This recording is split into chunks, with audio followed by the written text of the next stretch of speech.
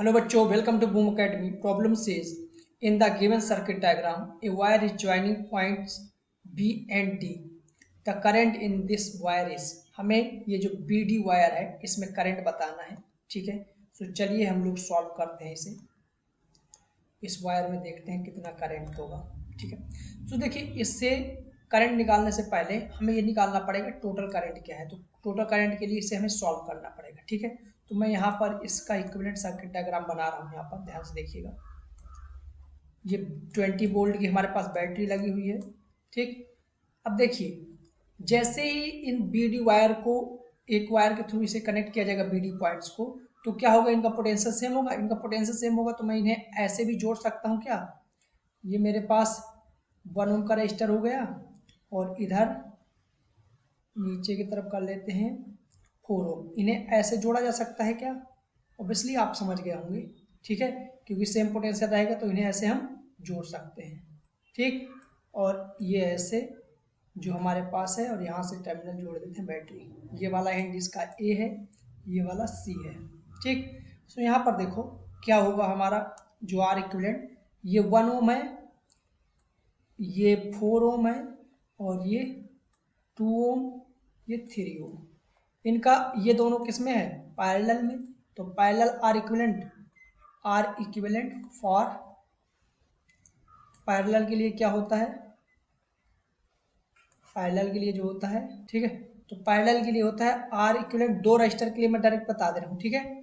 R1 into R2 अपान R1 plus R2, ठीक। तो ये दोनों क्या है, पैरेलल में, तो R1 R2 अपान 5 हो जाएगा। यहाँ पर इसका क्या आ जाएगा 4 अपान 5, और इन दोनों का R1 R2 6 अपान 5।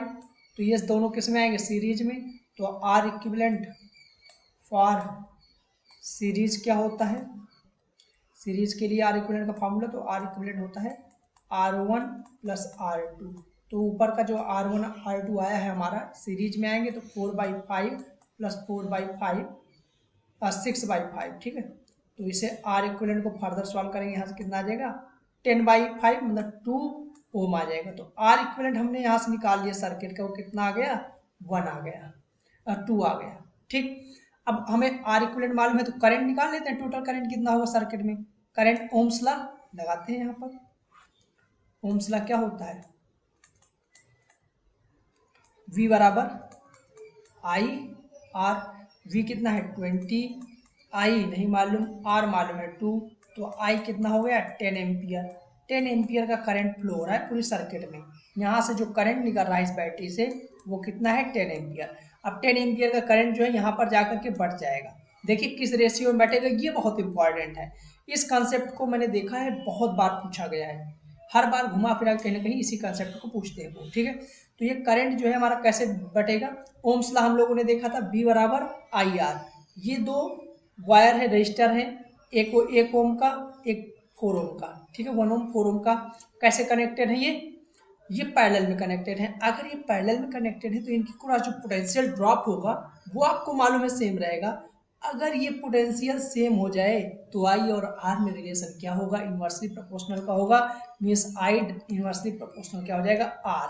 अगर आई इन्वर्सली प्रोपोर्शनल आर हो जाएगा तो यहाँ पर ध्यान से देखो, मैं करंट निकालने जा रहा हूँ, इधर की तरफ बोलता हूँ कि I1 करंट गया। अगर ये I1 करंट मुझे निकालना है तो क्या लिखूंगा, I1 इक्वल टू, इसका इन्वर्सली प्रोपोर्शनल है, मीन्स जिसका रेजिस्टेंस कम है उसमें करंट ज़्यादा जाएगी और जिसका रेजिस्टेंस ज़्यादा है उसका करंट कम जाएगी, यही बता रहा है। तो मैं क्या बोलता हूँ, ये वाले को ऊपर कर देते हैं, ठीक है, अपान में 1 + 4, ठीक, क्योंकि इसमें करंट क्या जाएगी, इस वाले में ज़्यादा जाएगी, ठीक। तो ज़्यादा के लिए क्या रखते हैं, ये वाला जो हमारा रजिस्टर है इसे हम 4 ऊपर रख देते हैं और नीचे इन दोनों का सम 1 और 2 का इंटू टोटल करंट कितना है 10 एम्पियर का।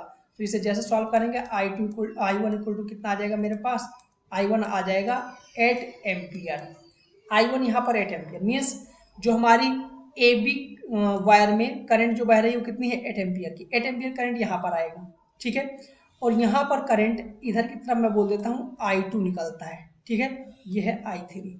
तो I2 इधर की तरफ अगर जा रहा है तो I2 का वैल्यू भी हम लोग निकाल सकते हैं। कैसे निकालेंगे, देखो I2 निकालने के लिए हमारे पास ये करंट आई I1 की वैल्यू कितनी है 8 एम्पियर।